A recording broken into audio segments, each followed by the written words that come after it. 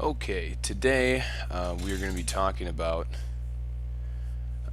Chapter 7, Lesson 5, using similar triangles for indirect measurement.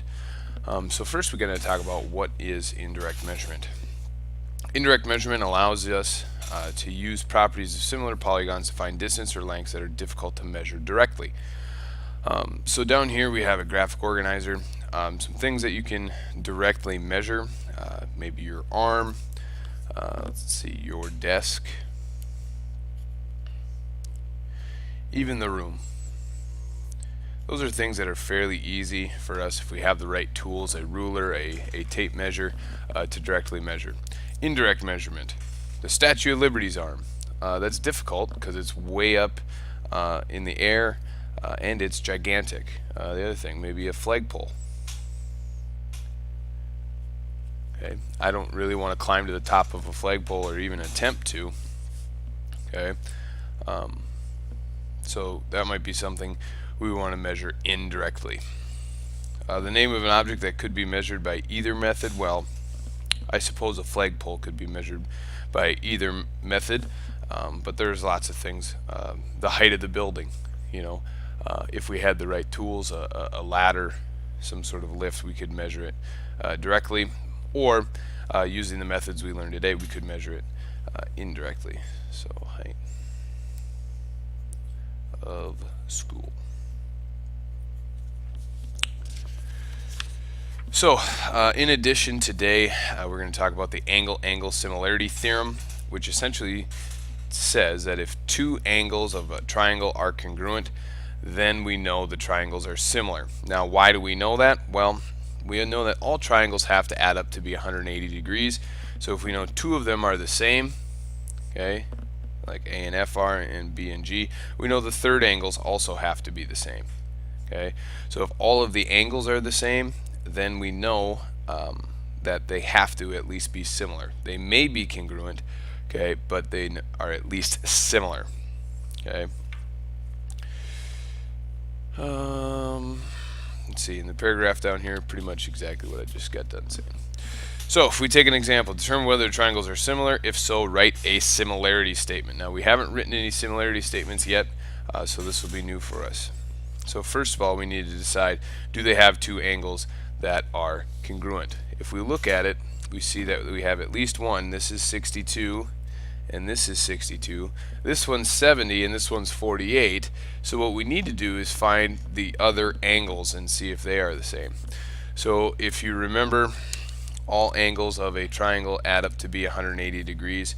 So we can take 180 minus 62 minus 48, and that should give us our third angle. 180 minus 62 minus 48. And this third angle is 70 degrees. And since this one is 70 degrees, now they have two angles that are congruent. So yes, they are similar.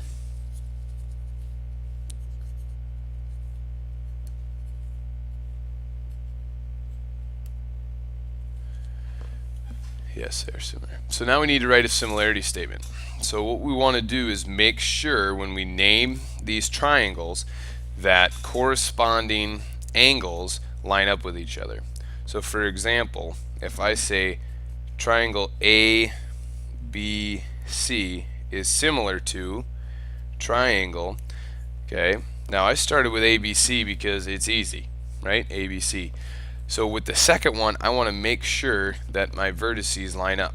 So whatever is in the first spot here needs to be in the first spot here, the corresponding angle. So if A is first, the corresponding angle to A needs to be first here. So I see A is 62 and E is 62, so that tells me E corresponds with A. Okay, likewise, whatever's in the second position here, I have a B. In the second position here, I need to have whatever's corresponding to B. So B, I don't know, but based on my other one, I can tell it's 48 degrees. So B would correspond with F, and then lastly C would correspond with G. So my similarity statement would be triangle ABC is similar to triangle EFG. And again, I make sure that A corresponds with E, B corresponds with F, and C corresponds with G.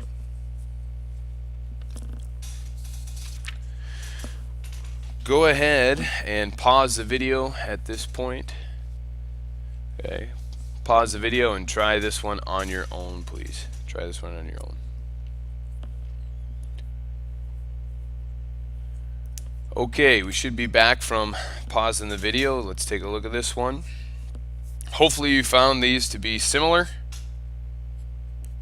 And the reason is that these two angles are congruent. And these two angles here are what we call vertical angles. Remember, they only share a vertex, right? They only share a vertex. They're across from each other, so they are also congruent. Okay? So all we need is two angles congruent in a triangle to show that they are similar.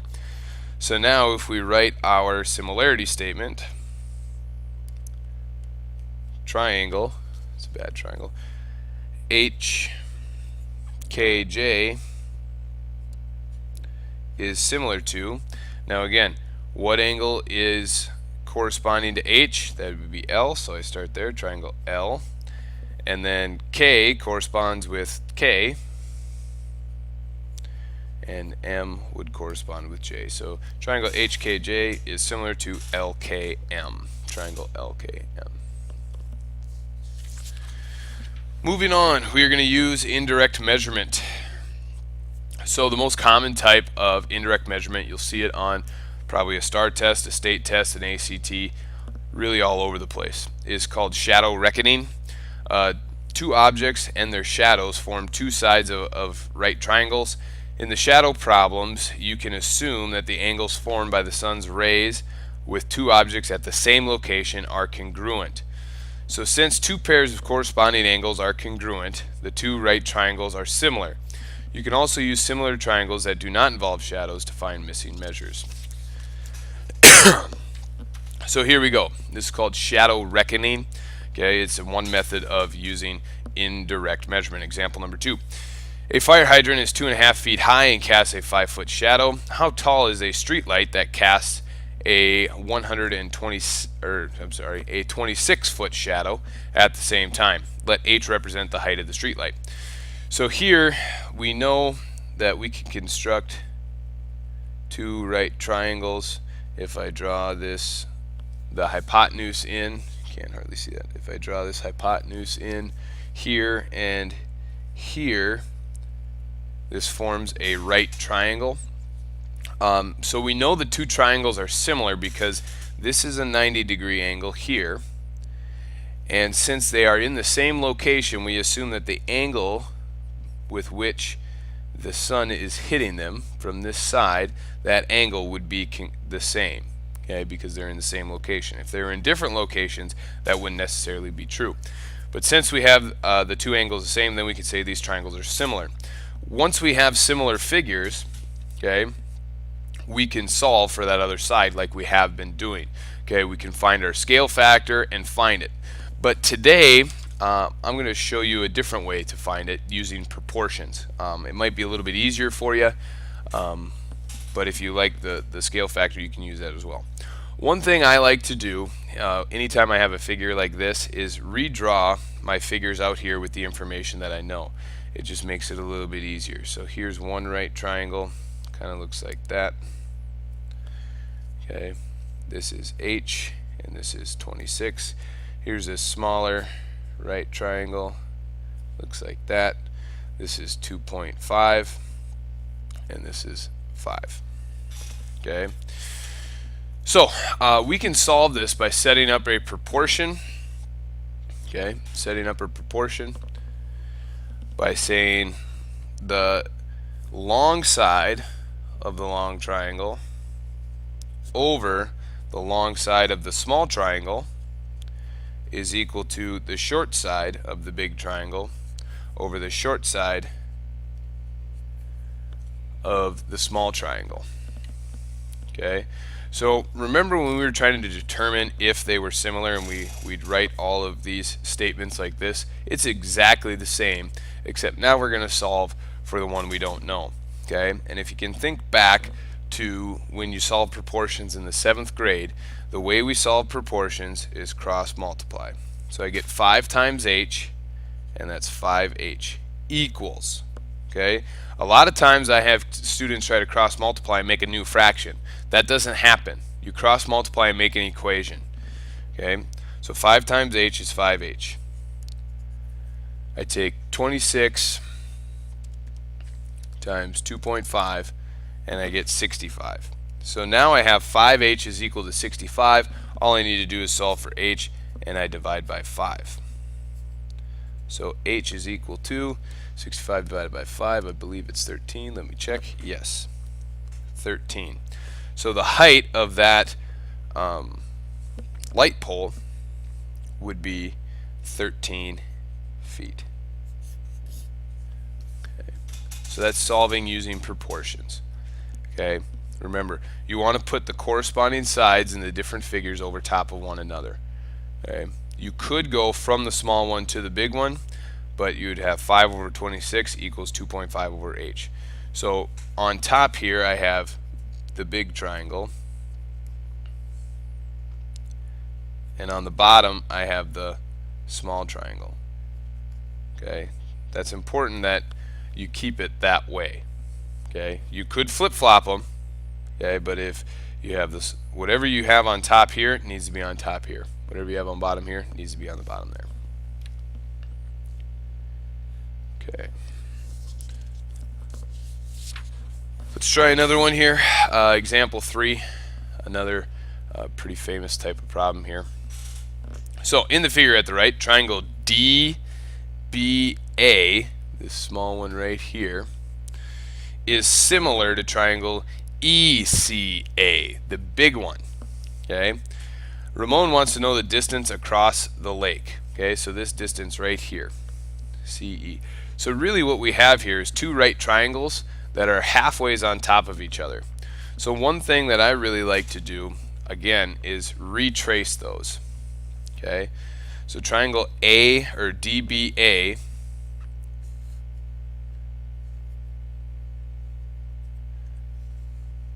looks about like this, where this is 40 meters and this top side is 320 meters. Okay, now the big triangle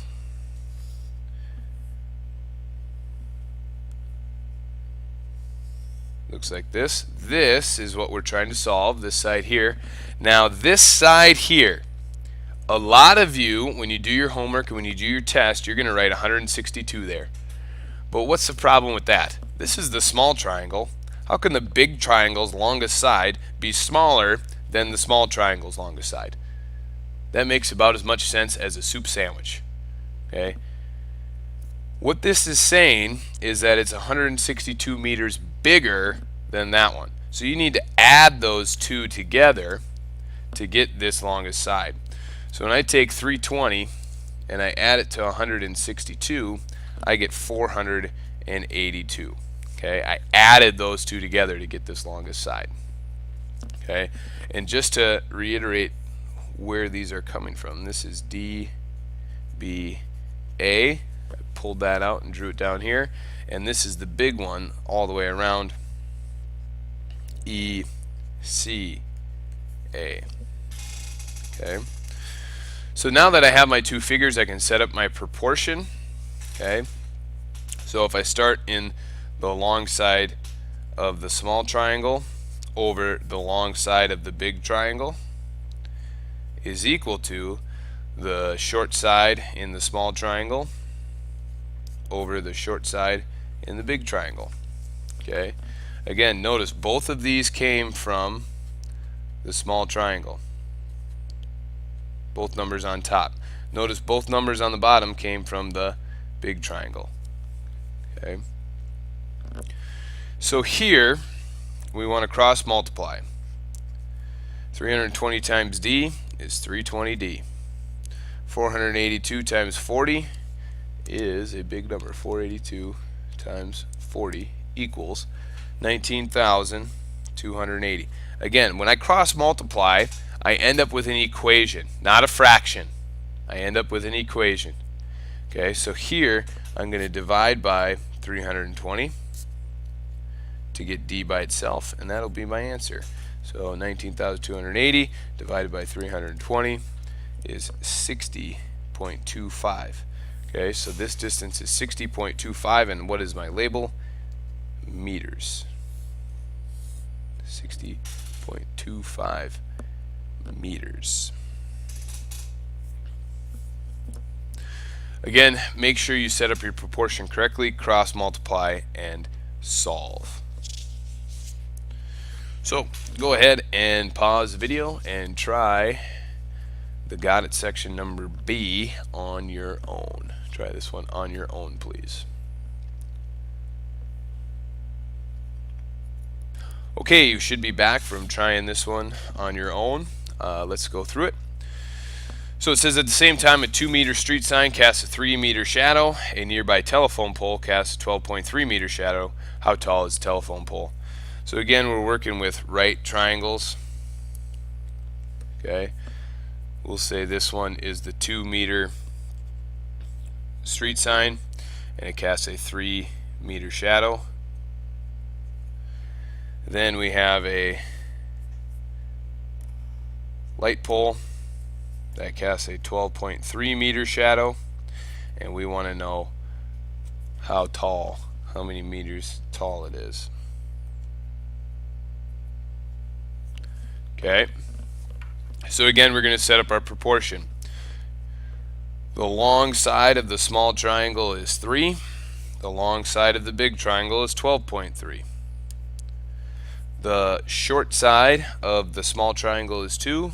The short side of the big triangle is x. Cross multiply and solve. 3 times x is 3x. 2 times 12.3 is 24.6. When I divide by 3, x should be, I believe, 8.2. Let me double check. 24.6 divided by 3 is 8.2, and it should be meters. So the height of the telephone pole is 8.2 meters. So this is some extremely powerful math. We can measure stuff that we don't have to kill ourselves trying to do. I no longer need to scale a telephone pole, but I can find the height of it, okay, based on some other calculations. Okay. So with that, here is the assignment, page 557, red, yellow, green. The choice is yours. If you have struggled today, do the red assignment. If you understood parts of it but not all of it, do the yellow. And if you have been understanding everything and hashtag killing it, do the green assignment. Alrighty, thanks and have a great day.